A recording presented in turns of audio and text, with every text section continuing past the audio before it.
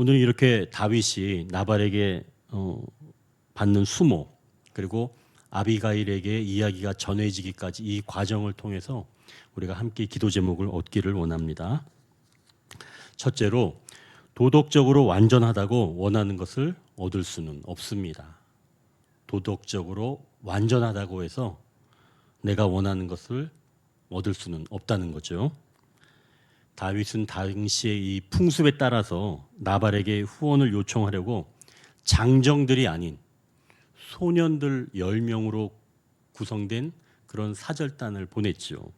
문안을 드린 겁니다. 다윗이 갖춘 그 예의, 그리고 무리한 요구가 아니라는 것을 5가지 정도로 확인할 수가 있습니다. 3절에 보면 나발은 갈렙 족속이다라고 말합니다. 다윗과 같은 유다 지파라는 이야기죠. 뭐 같은 지파면 동양 사람이니까 좀 부탁을 해도 되겠죠. 자, 또 15절 16절에 보면 나발의 종이 다윗의 군인들을 이렇게 평가합니다. 그 사람들이 우리를 매우 선대하였으므로 우리가 다치거나 잃은 것이 없었으니 그들이 우리와 함께 있어 담이 되었다라고 말합니다. 또 다윗이 후원을 요청한 날은 4절에 보면 양털 깎는 날이라고 말씀합니다. 아까도 말씀드렸던 것처럼 목축업 하는 사람들에게 양털 깎는 날은 추수감사주일과 같은 그런 날입니다. 그때는 이웃한 사람들과 함께 그 추수의 기쁨을 먹을 걸 나누면서 함께 기쁨을 나누는 날이죠. 자, 또 한 가지, 소년들로만 구성된 그런 사절단을 보냈다는 것은 위압적인 태도로 보낸 게 아니지요. 또 한 가지 8절에서 보면 다윗은 나발에게 내 아들 다윗이라고 하는 표현을 썼습니다. 나발이 아버지이고 다윗 자신은 나발의 아들이라는 겁니다. 굉장히 정중한 표현이죠. 자, 이렇게 한 5가지 정도로 우리가 확인을 할 수가 있는데요. 결국 이 다윗이 요청한 것은 정중한 요청이었다라고 볼 수 있는 겁니다. 자, 다윗이 후원을 요청하려고 준비한 것, 우리가 보기에도 이건 정말 충분한 준비였죠. 다윗이 이렇게 준비하면서 내가 설마 후원을 못 받을까? 아마 이렇게 생각하지는 않았을 겁니다. 나는 충분히 후원 받을 수 있는 사람이야. 자격이 있어. 내가 보호를 해줬으니까. 그리고 내가 이렇게 정중하게, 내가 사실은 더 힘이 있는데 내가 정중하게 하니까 이 사람은 당연히 후원을 해줘야 해라고 다윗은 아마 생각을 했을 겁니다. 그런데 정말 예기치 않은 그런 이야기를 하면서 거절을 하게 된 거죠. 다윗을 어떻게 봤냐면 주인을 배신한 종으로 본 겁니다. 이 나발은. 자, 그럼 우리가 알기에 이 다윗이 사울 왕을 배반한 사람입니까? 아니죠. 충성스러운 신하 아니었겠어요? 나발이 잘못 봐도 한참 잘못 본 거죠. 결국 다윗의 요청은 무리한 요청이 아니었으며 수락할 이유가 분명하게 보였습니다. 자, 그럼 왜 이런 일이 일어났을까요? 분명히 수락해야 하는데 왜 이렇게 이런 일이 일어났을까요? 이제 한번 1절을 한번 보십시오. 1절 보니까 사무엘이 죽음에 라고 기록되어 있죠.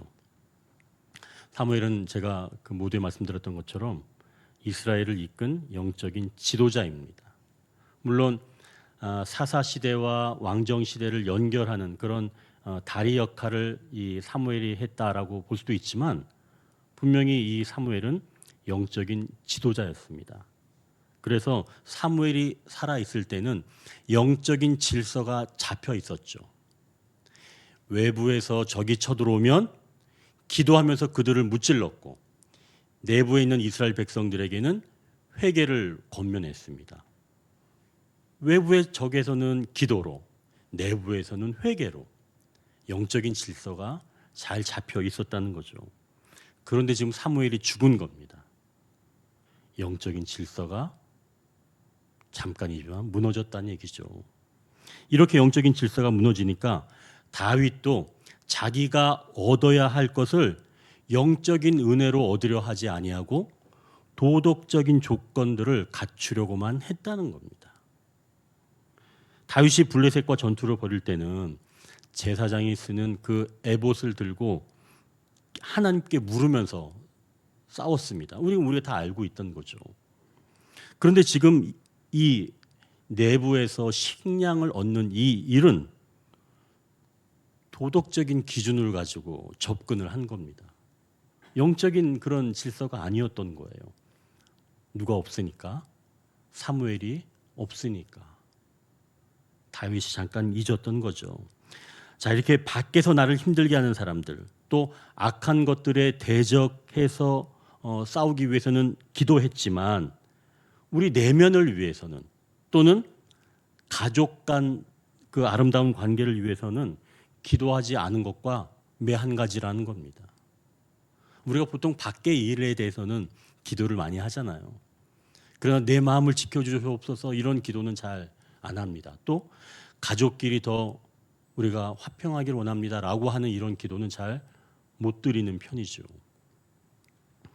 엄마 아빠가 밖에서 수고하고 애쓰고 힘을 내어 살아가니까 자녀들에게 너희가 부모의 기쁨이 되어야 돼. 그게 당연한 것 아니야? 이렇게 말하는 것과 똑같다는 겁니다. 아니, 그렇다고 이 자식들이 부모의 마음을 모른다는 것은 아닙니다. 이 자식들이 부모의 마음을 알아서 부모의 마음을 기쁘게 하고 삶을 충실하게 사는 것은 부모가 이룬 그런 도덕적인 것으로 보상받는 것이 아니라는 거죠. 그건 은혜의 영역이라는 겁니다. 더 나아가 이제 나의 내면을 한번 생각해 보십시오. 분명히 기뻐할 일이 있지만 내 내면이 기뻐하지 않는 때가 얼마나 많은지 모릅니다.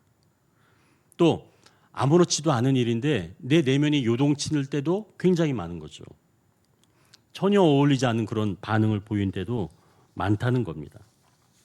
결국 도덕적으로 완전하다고 원하는 것을 얻을 수는 없다는 거죠. 그러니 얻었다면 기뻐할 일이고, 그것은 내가 완전해서 얻은 것이 아니라 은혜가 작동하였다는 것을 믿으시기를 바랍니다. 자, 이제 여기서 그럼 한 가지 좀 생각해 볼 점이 있어요. 우리가 이걸 좀 미리 좀 알 수 없을까요? 물론 그렇다고 해서 이제 우리가 앞일을 다 미리 아는 건 아니겠죠. 그러나 거절을 대비해서 우리의 마음가짐 정도는 준비하는 것이 어떤가 하는 말입니다. 나발이 사는 동네가 어디였나요? 2절을 보니까 거기 마온이라고 합니다. 이 마온은 사실은 다윗과 같은 유다 지파 지역이에요. 그런데 뭔가 좀 찜찜한 게 있습니다. 그의 생업이 어디라고 지금 이야기하고 있나요? 2절에 보니까 갈멜에 있다라고 이야기를 하고 있습니다. 갈멜은 사울과 관련이 깊은 곳입니다. 이 사울이 아말렉을 쳐부수고 나서 자기가 승전 기념비를 세웁니다. 어디에 세우냐면 이 갈멜 지역에 세우게 됐죠. 그게 15장 12절에 나오는 내용입니다.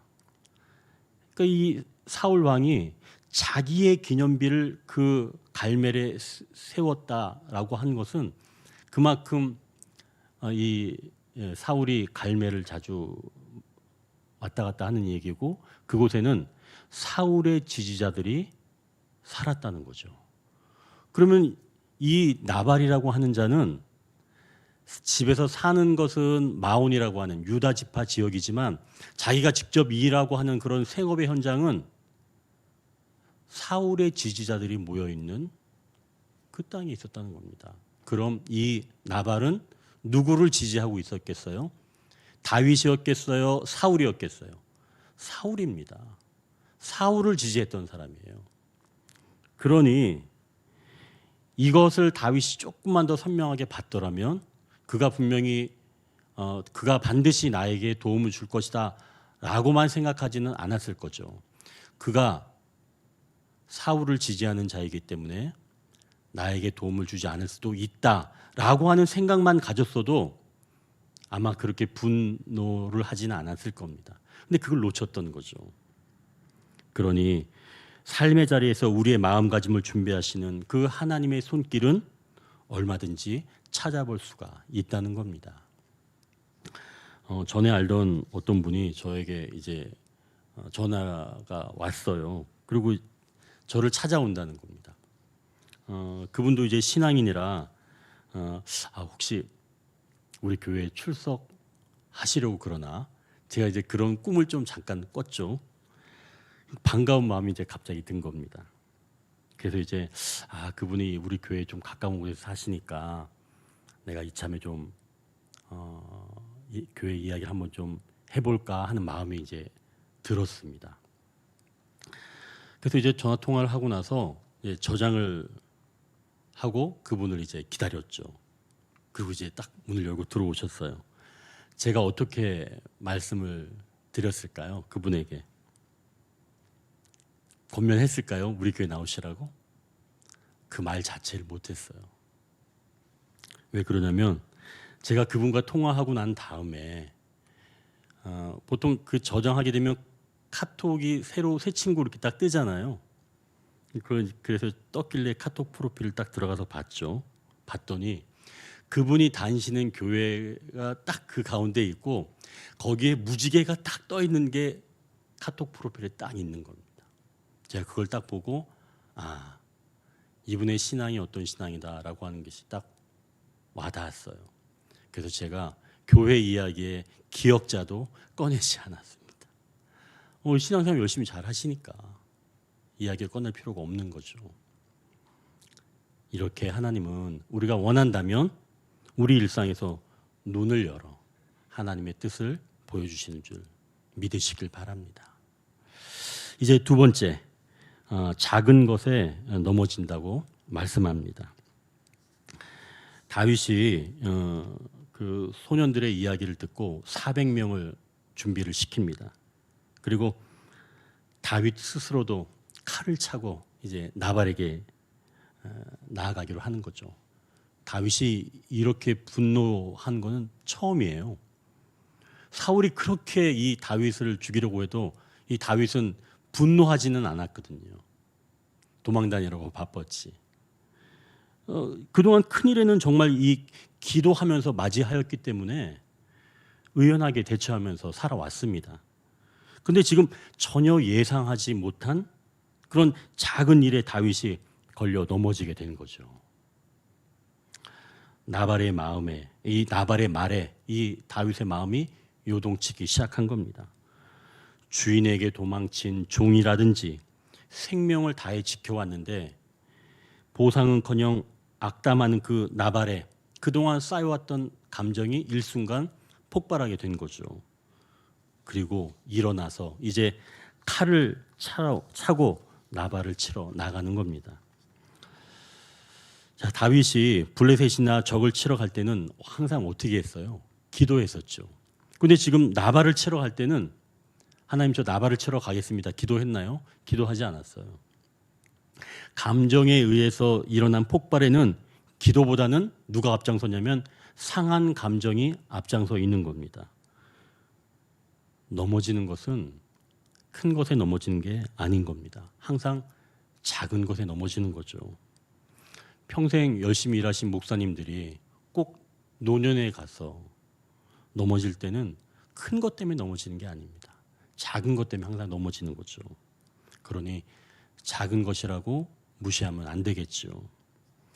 자, 그럼 이제 넘어지려고 하는 그 순간 좀 생각해 볼 것이 있습니다. 내가 상대나 어떤 일에 실망한 나머지 그동안 해왔던 것을 철회해야 하는 겁니다. 다윗은 그동안 나발을 지켜왔던 사람이죠. 잘 보호했단 말이에요. 그런데 이제 지금 그것을 철회하고 오히려 나발을 치러 가는 겁니다. 내 감정이 상했기 때문에 내가 그동안 했던 일을 철회하고 오히려 반대편에 서서 그를 치러 내려가는 거죠. 완전히 지금 상황이 바뀐 거잖아요. 내가 하던 일을 지금 완전히 내려놓고 전혀 다른 일을 하게 된 겁니다. 자, 그럼 이건 어떤 문제인가요? 이건 대단히 잘못된 거죠.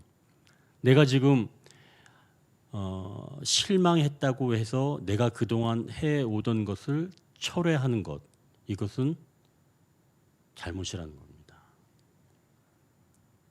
그동안 이 다윗이 열심히 나발을 지켜줬는데 그거에 대한 보상이 없이 오히려 자기에게 모욕감을 주게 되었으니 다윗이 이제는 치러 일어난 것, 이게 바로 보복이죠.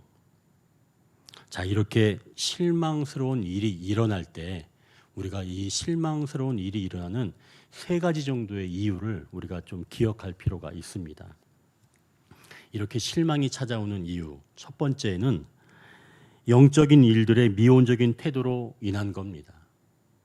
다윗은 자기가 얻으려는 것을 영적인 문제로 봤어요? 아니죠. 이거 도덕적인 문제로 풀려고 했습니다. 영적인 문제로 보고 대처를 했어야 하는데 사무엘이 죽자 잠깐 잊었던 거죠. 그 상황에서는 도덕적인 준비가 아니라 오히려 놀라운 은혜를 구했어야 한다는 것이죠.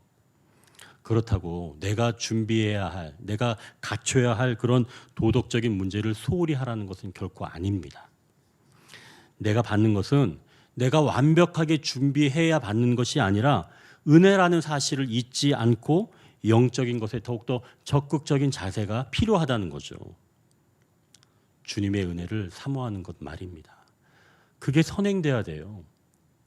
도덕적인 문제는 사실은 두 번째 문제입니다. 내가 영적인 문제가 준비되면 어떤 것을 준비해야 하는지 도덕적인 문제도 떠오르게 해주세요. 그때 준비하면 되는 거거든요. 또 둘째, 먼저 실망이 찾아오는 둘째는 시험 때문입니다. 하나님의 은혜가 없을 때 어떻게 하는지 알기 위함이라는 거죠. 다윗은 훗날 이 비슷한 상황에서 전혀 다른 반응을 보입니다. 그러니까 다윗이 성숙해지고 나서 왕이 된 이후에 다윗은 완전히 변화가 되는데요. 다윗이 자기 아들 압살롬에 의해서 도망칠 때 그때 베냐민 지파 이 시므이라고 하는 사람이 다윗에게 욕설을 퍼붓습니다. 다윗이 예전 같았으면 분노해서 아마 바로 죽이자고 했겠죠. 그런데 이때 이 다윗은 변화된 거예요. 다윗은 그래서 그렇게 하지 않고 이렇게 말합니다. 내 몸에서 난 아들도 내 생명을 해하려 하거든 하물며 이 베냐민 사람이야. 여호와께서 그에게 명령하신 것이니 그가 저주하게 버려두라. 혹시 여호와께서 나의 원통함을 감찰하시리니 오늘 그 저주 때문에 여호와께서 선으로 내게 갚아 주시리라. 다윗이 성숙해진 겁니다.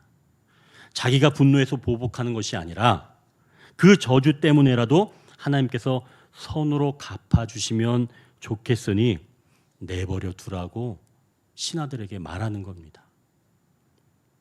우리 성도님들도 내가 받는 것이 당연하지만 무엇인가 알 수 없는 이유 때문에 내가 힘들어진다면 그러한 일로 하나님께서 선으로 화답해 주실 줄 믿습니다.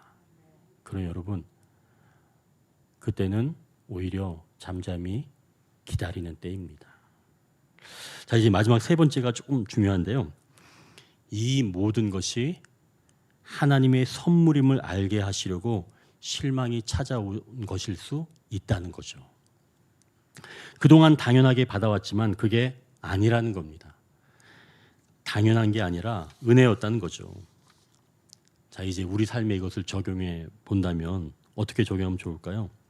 실망하는 그런 상황에서 그동안 했던 것을 철회하지 않고 유지하는 것.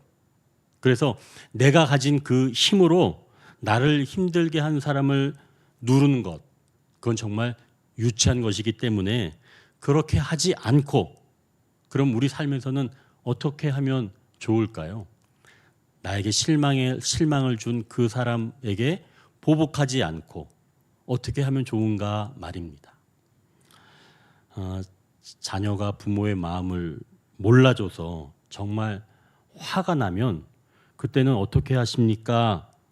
라고 제가 그 어느 성도님한테 물어봤어요. 그랬더니 그 성도님이 이렇게 이야기하시더라고요. 그럴 때는 용돈을 줄이거나 용돈을 끊습니다. 저한테 그렇게 얘기를 하는 거예요. 전 그 얘기 듣고 좀 깜짝 놀랐습니다. 아니 그렇다고 밥줄을 어떻게 끊어요? 아이들에게 용돈은 밥줄이에요. 자존심이란 말입니다. 제가 그렇게 얘기를 했죠. 만약에 용돈을 끊으면 그건 부모와 그 연도 끊자는 거예요. 그러니까 용돈을 끊으면 안 되는 거죠. 그렇죠? 대답 안 하시면 다들 용돈을 끊으실 것 같은데. 만약에 우리가 하나님께 죄를 지었다면 그 죄 지은 것으로 인해서 하나님께서 그래? 너희는 당분간 이제 비 없어. 비를 안 내리시거나 그래? 그럼 공기 중에 산소를 다 내가 빨아들여야 되겠구나. 일정 기간 동안. 이렇게 하신다면 우리는 어떻게 되는 거예요? 생각하고 싶지도 않죠. 자녀들도 은혜였다는 것을 기억하도록 기도해야 하는 줄 믿습니다. 그동안 부모님들이 열심히 일하고 자녀를 사랑하는 것이 그냥 당연한 것으로 여겨졌다면 이제는 그것이 은혜였다는 것을 알도록 하나님께서 자녀들의 마음을 만져주시기를 원합니다. 우리가 보복이 아니라 오히려 기도해야 하는 것이죠. 이것이 은혜라는 사실을 그가 알도록. 그래서 두 번째 기도 제목은 작은 것에 넘어진다는 것을 기억하십시오. 이제 세 번째 기도 제목, 광야는 보이지 않게 일하시는 하나님을 신뢰하는 때라고 말씀합니다.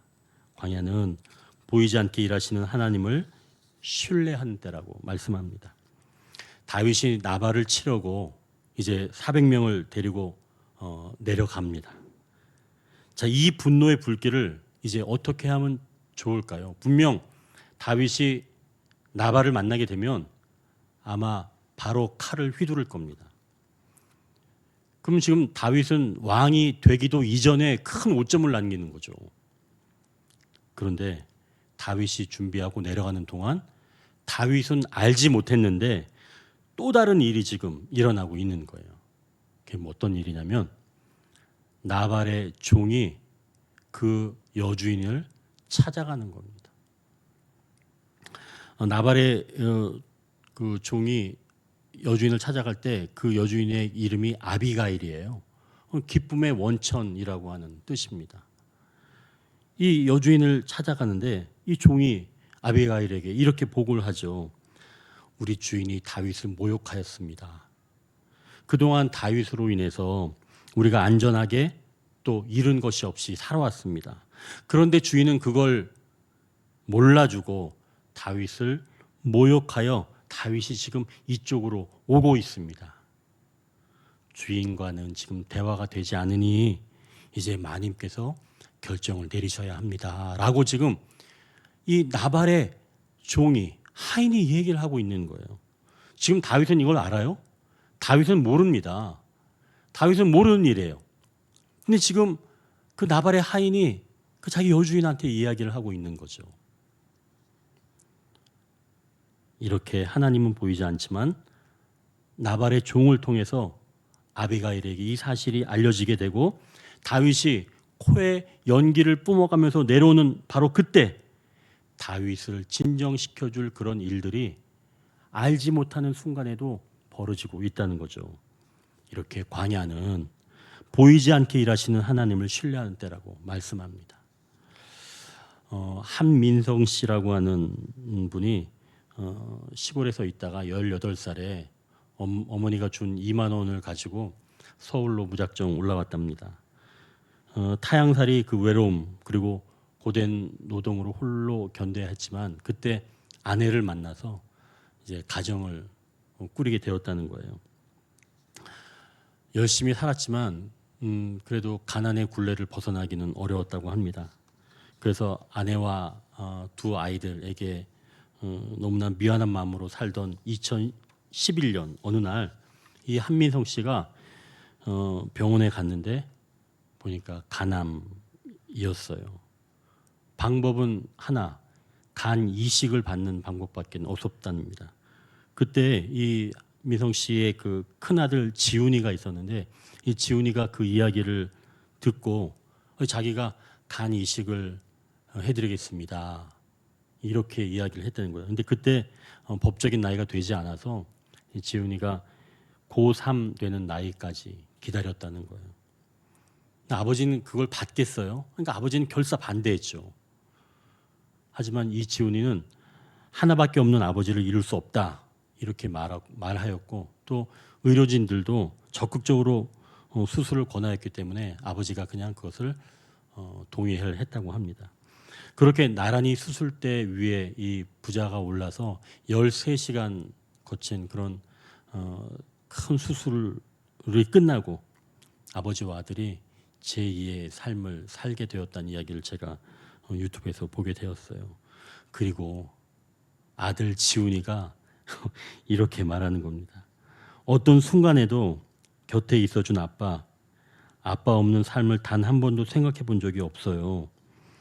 다시 한번 아빠가 수술한다고 해도 전 다시 수술할 수 있어요. 아빠는 저한테 세상에 단 하나뿐인 아빠잖아요. 아빠는 저를 걱정하지 않으셔도 돼요. 저는 다 나았어요. 지훈이가 이렇게 인터뷰를 하는 걸 보고 저도 가슴이 뭉클하더라고요.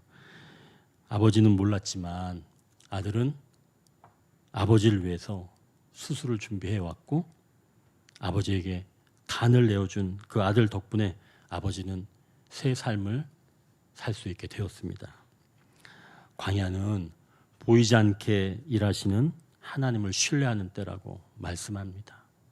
이제 우리가 이것을 기억하고 찬송 한 곡 부르고 함께 기도하기를 원합니다.